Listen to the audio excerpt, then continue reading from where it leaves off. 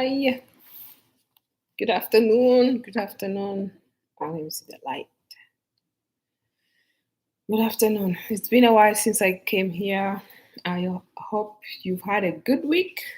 Today I'm here to talk to you about some tips on how to answer your questions at the court hearing. But before we get there and to see if few people are coming here, I want to talk a few updates these last 2 weeks. Number one, the migrant protection protocols, also known as Remain in Mexico. Uh, there is a slight win by the Biden administration because the U.S. Supreme Court has remanded the case back to the lower courts, and the U.S. Supreme Court has said that the Remain in Mexico can be terminated by the Biden administration. Basically, the Biden administration has the authority to do so, but the case has to go back in the lower courts so that they can determine, or the Biden administration can provide a process in which they will terminate. So there's a slight win. It's not effective as of yet. Remain in Mexico is still ongoing until that's terminated by the lower courts. Okay, another update I wanted to provide you today was about TPS. So when someone has TPS, usually to travel, they need to get advance parole or a travel document. And there has been issues on whether once somebody who traveled in TPS and come back and admitted in the United States, that if that counts as an admission or inspection, being inspected. So the importance of that being inspected in the country is because if you have any other way of adjusting your status and you didn't have a legal entry in the beginning, if you are issued a travel document and then you return in the US in TPS, that stamp if it will count as an admission or being inspected, that was not clear. And in some jurisdiction like the Ninth Circuit, they have that's the case. It's in admission, but other circuits such as in Texas and other states, that was not the case. So the USCIS has issued a new rule which will determine, for example, if somebody asks for an advance parole or a travel document and they are in TPS status, they will issue a document that will specifically state that once the person who travels abroad under TPS after they have obtained the advance parole, they will be inspected. So it's going to be clear.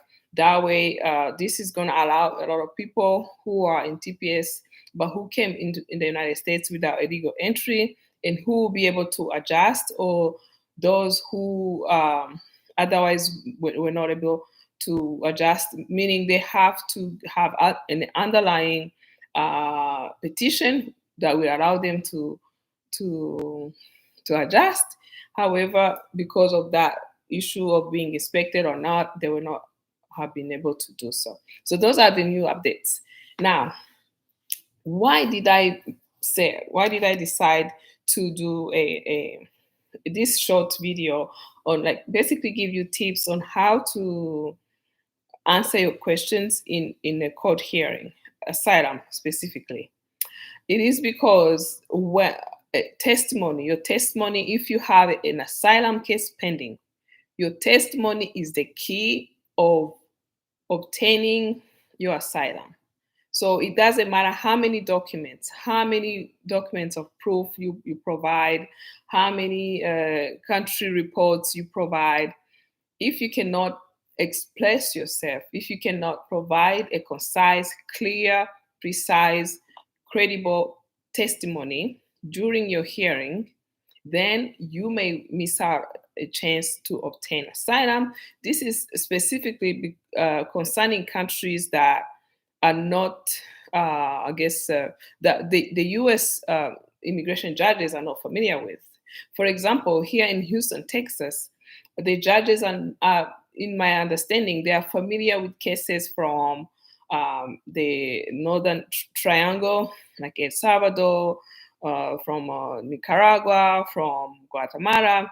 They are familiar with cases from Venezuela now, from Afghanistan, like where there is news that something is going on, and they now will be familiar with cases from Ukraine, and they may be familiar with cases from Cameroon. But if you are from another country that's not as known, or that it's not in the news like most countries, number one, the judge will have to be educated on, okay, where are you from, and which country are you from, and why you're applying for asylum.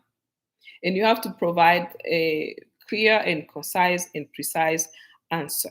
And another thing is, cultural issues come into play when people. I'm just saying, in my experience from African applicants, that the way some people answer the questions, answering with your body language instead of out or just stating your answer, you say mm-hmm. That's not an answer. That's an example. That's a cultural thing. Or assuming they know, or not knowing to express your emotions, or how you have to express your emotions. Another thing is, when you are in court, in immigration court, all the answers you provide, the hearing is being recorded. So you have to speak clearly.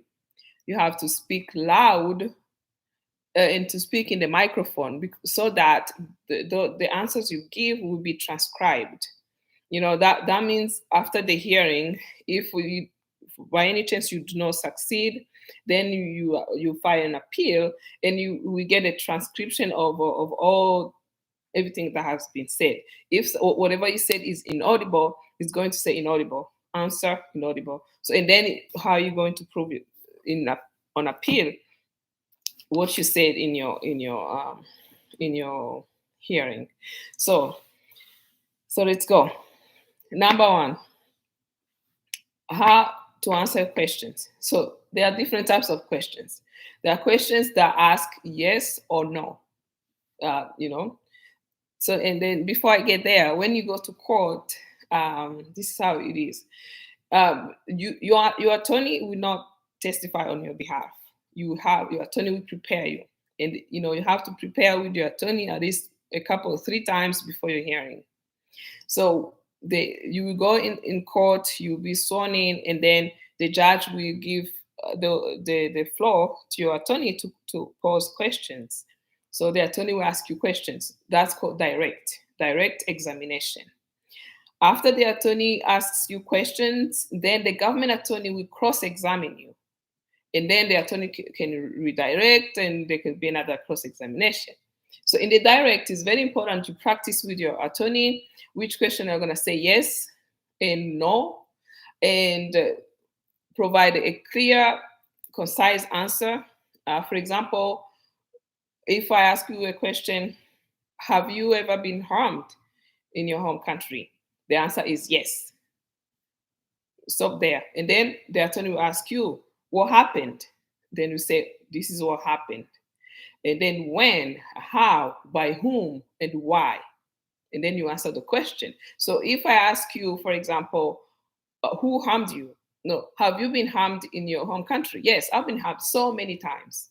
Already, so many times, you're opening up a window for the attorney, the government attorney, to come back and say, you say you've been harmed so many times.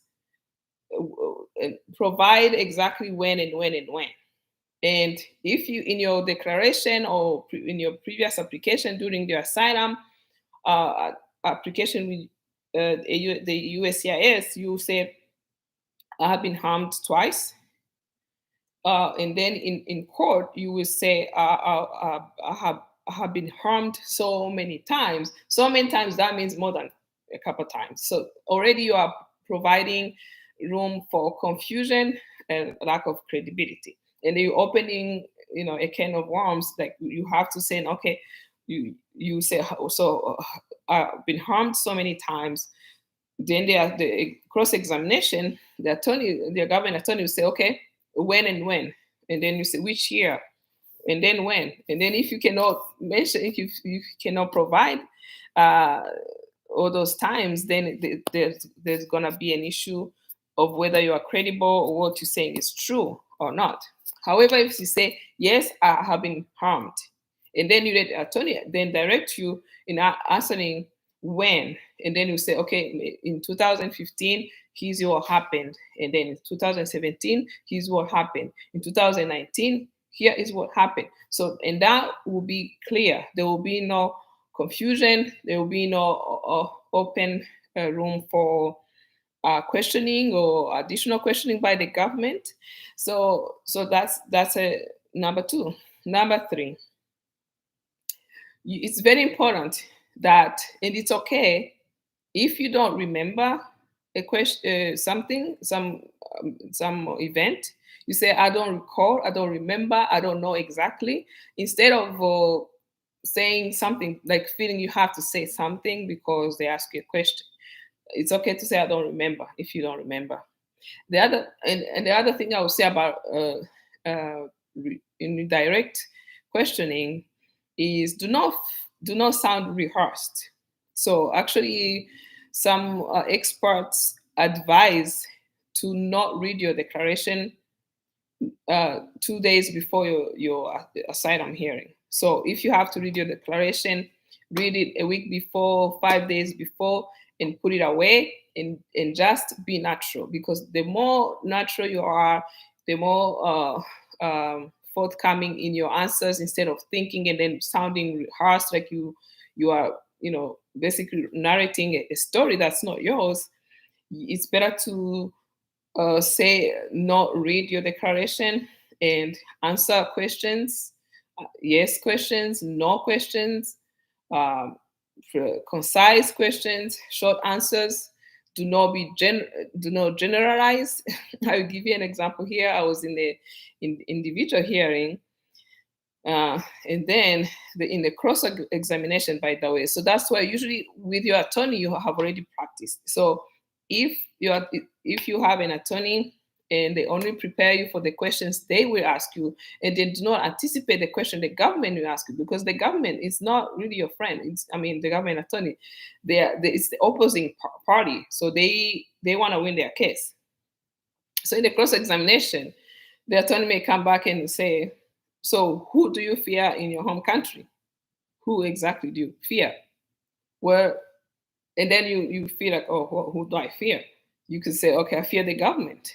But sometimes people would say, instead of saying answering the question, who do you fear in your home country? Somebody would say, oh, I don't even want to hear about the country. I don't want to hear. I cannot go back. So that's not an answer to a question. And the government attorney will ask again, who do you fear? Who will harm you in your home country? What will happen to you if you are returned to your home country? You have to answer the question. I fear I will be harmed by such and such. And then they will ask you, instead of saying, no, no, no, don't even mention my country, I cannot go back. So that's not an answer. That's not an answer to the question asked. So another thing is, the government attorney. Hi, thank you for joining. We are discussing about tips on how to answer your questions during your asylum hearing testimony. The asylum testimony is the center of your case. If you have a case in court, it doesn't matter how many documentation, how much briefing you've had. If your testimony doesn't come through, you may lose a case because you were not able to express yourself. And if you have a case pending in court, an asylum case, you will be answered. Your attorney can only prepare you. So how you answer questions, how concise, how direct, how precise you are in your questioning, how if you don't know the answer to the question, it's okay to say I don't remember. Do not answer question an answer that will open up more, provide more confusion than answers. Do not sound rehearsed and know how to directly answer a question. So what I was saying, then the government attorney, the DHS attorney, in cross examination, they will say, they will tend to say like you. Let's give an example. You say you lived in this let's say you are from you say you lived in one country, right? And say yes.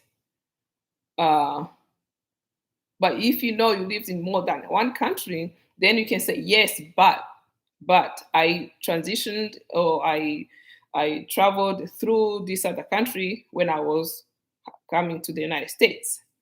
If you say or you say you didn't know such and such, but because maybe there's a cut that's a catch question, you say no, but it's okay to say no, but I also know this, and that. So you can provide so that it's on record that you are credible, you are not lying.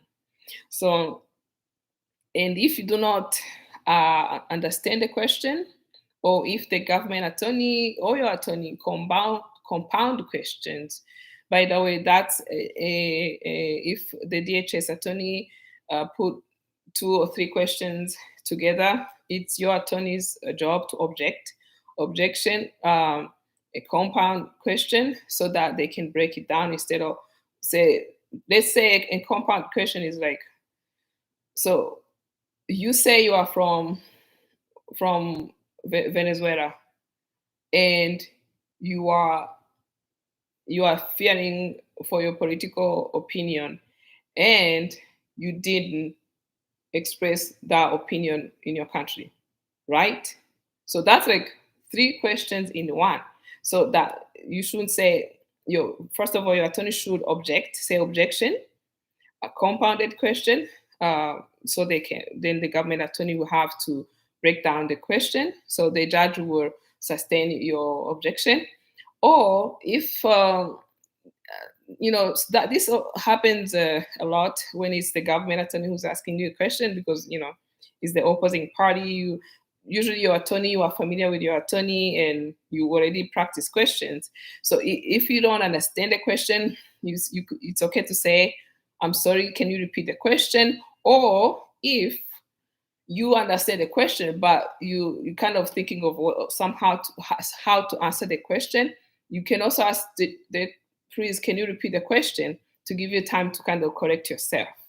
So that's what I can say. And the reason why I did this live is because, and I was talking about the cultural issues, cultural differences in terms of, okay, how here in the United States they ask a question and they need a direct answer. So you don't, if they ask you, are you from Congo? Instead of saying, they ask you, are you from Congo? That's a yes, I am from Congo. Instead of saying, uh, I'm African and I'm from the Central Africa. Yes, and I'm from Congo. So that's like already you took a long time to answer. Um, Hi, salut Daniel. Merci. Merci. Euh, J'espère que vous comprenez anglais. Sinon, je pourrais répéter si vous avez des questions. Je pourrais répéter en français. Um, yes, so be direct, because the judge can be confused by if you have in all questions you're being asked, you are going like around, and then before you answer a question, then that's not going to help your case. And the judge, they get bored so easily, right? So it's very important to, in the first 10, 15, 20 minutes, to make clear all the facts, all the elements of your asylum case are provided.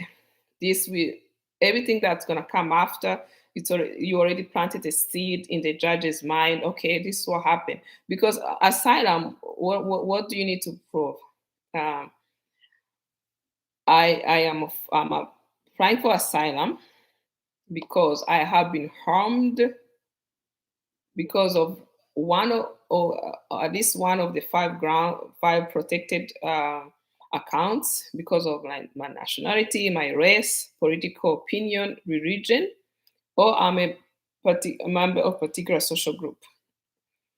Number two, I guess, you harmed, and why? Past persecution, and my country, I'm unwilling, or my country is unwilling or unable to protect me, and here's who harmed me, who, when, how, why, and why does not the country or the government of your country can protect you. So those are, if you have to set that clear already in the first 15, 20 minutes of the hearing, that has to be established. And then whatever follows after will be to kind of clarify, clear, and answer the question, or if there's any contradicting evidence, to clear that up. But the judge uh, has to stay up to like has to stay interested in your case. Okay, the last thing I will talk about this, how to answer questions. In some cases, it's very important to have an expert. Maybe that's what we'll talk about next time. A country expert, especially if it's in the court. Uh, Maybe next time we talk about what are the tips of winning an asylum case. What are the strategies? What is beyond the law? Like, how can you strategize in your asylum case? How do you know this court in this city is familiar with cases from your home country? And how can you make sure that the judge will be informed of your home country and what's happening there, and why it's the issues of persecution you are claiming are happening, and where even the country is located, and what is the geographic area of your country. Those are also important things, because like I was saying in the beginning, the American judges, in my opinion, most of them didn't even were born in some city here in the US. They didn't even go. They haven't been to New York. They haven't been to any other country, let alone in Africa. So, or in some Asian countries, other than the major countries that we are all familiar with. So, it's your job. It's your attorney's job to inform the court of, okay, here's where you are. Take the judge in your country, in your home, in your city, in your town, in your village. Take the judge there and kind of tell your story, so in the perspective that he or she will understand. All right, so that's we do it for today. Please feel free to share, to subscribe, to comment, to like, so that most people can learn about these tips, because like I said, you can have a good case on paper with so many documents, with so much literature on, like, brief declaration on point. But if you cannot testify in court, say state your case in court, coming out of your mouth, because their attorney is not going to testify for you. The attorney will only ask questions, elicit questions, so that you are able to present your case. So the answers have to come from you. So if your testimony is weak, then your case is not going to go anywhere, even if you have so many documents or evidentiary pieces in your case. Okay, so it's very important that you share. If you know anybody who has a case in court, asylum case, and they need to win the case, share, subscribe, and like. And you have a great weekend. See you next time. Bye.